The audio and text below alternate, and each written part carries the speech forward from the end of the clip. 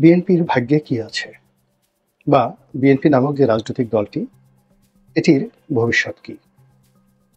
আগামী দিনে রাষ্ট্রপতি হবেন বেগম খালেদা জিয়া, আর প্রধানমন্ত্রী হবেন তারেক জিয়া।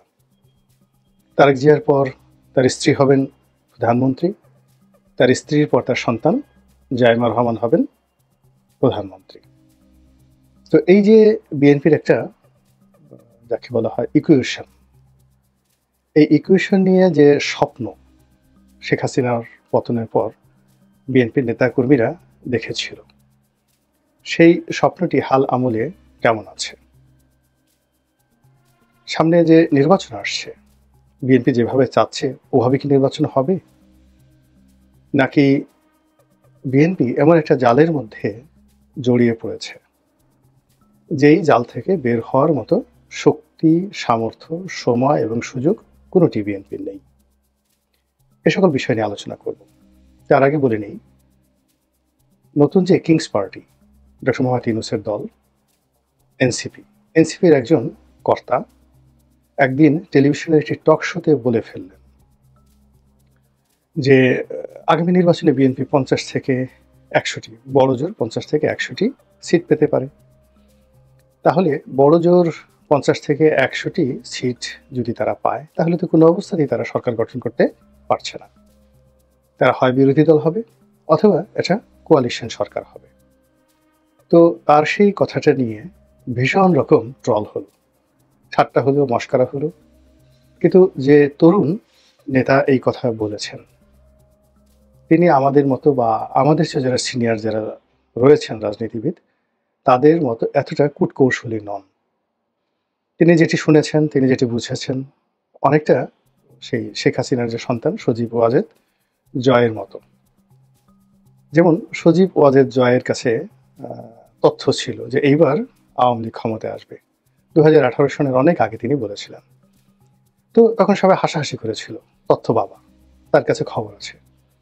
কিন্তু এখন যদি এই বর্তমান অবস্থাতে আপনি সিইসি, সাবেক সিইসি জনাব নুরুল হুদার 164 ধারায় যে জবানবন্দি, সেই জবানবন্দি শোনেন, তাহলে দেখতে পাবেন যে নির্বাচনের অনেক আগেই ডিজিএফআই, এনএসআই, পুলিশ এবং অন্যান্য গোয়েন্দা সংস্থা পুরো নির্বাচনের মাঠের দখল নিয়ে নিয়েছিল, এবং তারা রাতে ভোট পিটিয়ে, ব্যালট বাক্স পিটিয়ে, তারপরে ব্যালট বাক্স ভরার যে পরিকল্পনা তারা করেছিল, সেটি সেই 2018 সনের ডিসেম্বর মাসের 30 ডিসেম্বর রাতে 12টার মধ্যে সারা বাংলাদেশে একই সঙ্গে, একেবারে সেম টাইম, সেটা সেই কক্সবাজার উখিয়া, পটুয়াখালীর গলাচিপা, কুড়িগ্রাম, নীলফামারী থেকে শুরু করে সব জায়গাতে ঠিক রাত 11টা থেকে 1টার মধ্যে পুরো কাজ, থানা টিওনো, তারপরে ওসি, সাব ইন্সপেক্টর এবং ওখানের যারা রিটার্নিং কর্মকর্তা ছিলেন, প্রিজাইডিং অফিসার ছিলেন, সবাই মিলে এই কাজটি করে ফেলেছেন। তো এই কথাগুলো এখন আমরা জানতাম, কিন্তু এই কথাগুলো এখন কাগজে কলমে নুরুল হুদা বলছেন। কিন্তু জয় তো সহজ সরল মানুষ, তিনি এই সমস্ত প্যাচগোছ বুঝেননি। হয়তো উচ্চ পর্যায়ের এরকম কোনো চক্রান্তের যে খবর বা এরকম কোনো বৈঠকে তিনি উপস্থিত ছিলেন, হতে পারে এটা 2016 সনে, 17 সনে এরকম একটা চক্রান্ত হচ্ছে, ওই চক্রান্তটি তিনি জেনে গিয়েছিলেন। এখন সেই চক্রান্তের সঙ্গে তিনি, যাকে বলা হয়, সেটা ভারতের থাকতে পারে, তার মায়ের অফিস হতে পারে, বা অন্য যে কোনো জায়গায় হতে পারে। তো এই কথা শোনার পর তিনি প্রেসের সামনে এসে এমনভাবে কথাটা বলে ফেলেছিলেন, যখন তার মুখ দিয়ে কথা শোনার পর মনে হয়েছে যে এটি একটি বাল খিল্ল। কিন্তু বাস্তবতা আমরা সেটা দেখেছি। একইভাবে ধরুন, এই যে তরুণ কর্মকর্তা, এনসিপির যে তরুণ নেতা, তিনি যেভাবে বললেন যে বিএনপি 50 থেকে 100টি সিটের বেশি পাবে না। বর্তমান বাস্তবতায় যেখানে নির্বাচন হলে বিএনপির হাত থেকে একটা সিট নেবে, এরকম অবস্থা নেই। 2024 সনে যেভাবে আওয়ামী লীগের কর্তৃত্ব ছিল মাঠে, ঠিক একই কর্তৃত্ব এখন বিএনপির। এমনকি জামাতের কোনো নেতা বিএনপির স্থানীয় নেতাকে চ্যালেঞ্জ জানিয়ে ওখানকার থানা পুলিশকে ম্যানেজ করে তারপরে নিজেদের প্রার্থীকে জয়লাভ করিয়ে আনবে, এরকম তাগত নেই। এখন পর্যন্ত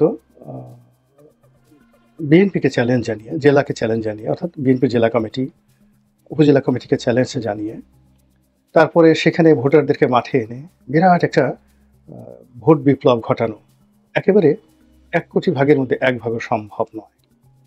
বরং ২০২৪ সনে নির্বাচন নিয়ে ভোটারদের যে অনীহা ছিল, আতঙ্ক ছিল, এখন এই সময়টিতে এসে সেই ভয়, আতঙ্ক এবং অনীহা বহুগুণে বেড়েছে। ওই সময় তামসা দেখার জন্য ভোট কেন্দ্রে যদি 6 to 7% লোক গিয়ে থাকে, এখন 3 to 4% লোক যাবে। বাকি ভোট কাটতে হবে, রাতে কাটেন, দিনে কাটেন, তারপরে নিজেদের প্রার্থীর পক্ষে সেই ব্যালট বাক্স ভরতে হবে। তো যেহেতু এই কাজটি করার সামর্থ্য, শক্তি, অর্থ কেবলমাত্র বিএনপির আছে, তো বিএনপি তো এই কাজ করে জামাতের প্রার্থীকে জয়লাভ করাবে না। এই কাজ করে তারা তো সেই জাতীয় পার্টি বা অন্য কোনো দল বা এমনকি আওয়ামী লীগের প্রার্থীকে জয়লাভ করাবে না। ফলে ভোটের যে শিডিউল, এটি ঘোষণা করার সঙ্গে সঙ্গে পুরো মাঠঘাট সব বিএনপির কর্তৃত্বে চলে আসবে। এক্ষেত্রে বিএনপির মধ্যে যে গ্রুপ আছে, উপগ্রুপ আছে, স্বতন্ত্র দল আছে, এগুলো নিয়ে তাদের মধ্যে দ্বন্দ্ব সংঘাত, মারামারি হবে, বিএনপি ভার্সেস বিএনপি। এর বাইরে এই মুহূর্তে অন্য কোনো হিসেব নেই। সেক্ষেত্রে ৩০০ আসনের মধ্যে বিদ্রোহী প্রার্থী কয়জন পাবে, আমি প্রার্থী কয়জন পাবে, দামি প্রার্থী কয়জন পাবে, ভাইয়া গ্রুপ কয়জন পাবে, আম্মা গ্রুপ কয়জন পাবে, রিজভি গ্রুপ কয়জন পাবে, ফখরুল গ্রুপ কয়জন পাবে, সালাউদ্দিন গ্রুপ কয়জন পাবে, এই সকল নিয়ে আলোচনা হতে পারে। তো এই যখন এখানে পরিবেশ এবং পরিস্থিতি, ঠিক তখন একজন তরুণ নেতা তিনি যখন বললেন বিএনপি 50 থেকে 100টা সিট পাবে, তখন সারা বাংলাদেশে সেটা নিয়ে ট্রল হলো। এবং যখন ট্রল হলো তখন পর্যন্ত ট্রলই মনে হয়েছে, কিন্তু আজকে আমি যখন ভিডিওটি করছি তখন আমার কাছে মনে হলো যে ওই তরুণ নেতার যে বক্তব্য, সজীব ওয়াজেদ জয়ের সেই আমার কাছে তথ্য আছে, সেই তথ্যের মতোই নিগূঢ় সত্য, বাস্তব এবং একই সঙ্গে আগামী গণতন্ত্রের জন্য ভীষণ রকম একটি অশনীয় সংকেত। কিভাবে সেটা বলছি,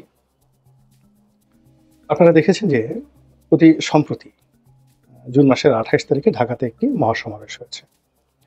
ইসলামী শাসনতন্ত্র আন্দোলন অর্থাৎ চরমোনাই পীর সাহেবের যে সংগঠন, এই সংগঠনের নেতৃত্বে ইসলামপন্থী বেশিরভাগ রাজনৈতিক দল একই মঞ্চে উঠেছে।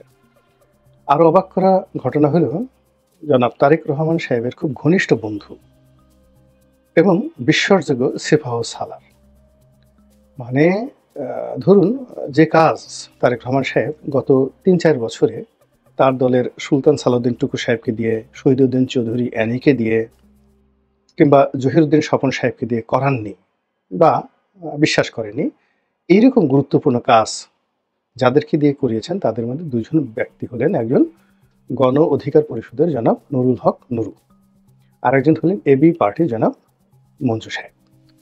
মঞ্জু সাহেব তারেক রহমান সাহেব সমবয়সী, ফলে তাদের মধ্যে বন্ধুত্ব হওয়াটা একেবারেই স্বাভাবিক। আর নুরু জনাব তারেক রহমান সাহেবের জুনিয়র, কিন্তু ইন্টেলেকচুয়ালি তাদের মধ্যে ভালোবাসা এবং বন্ধুত্ব অনেক উচ্চ স্তরের।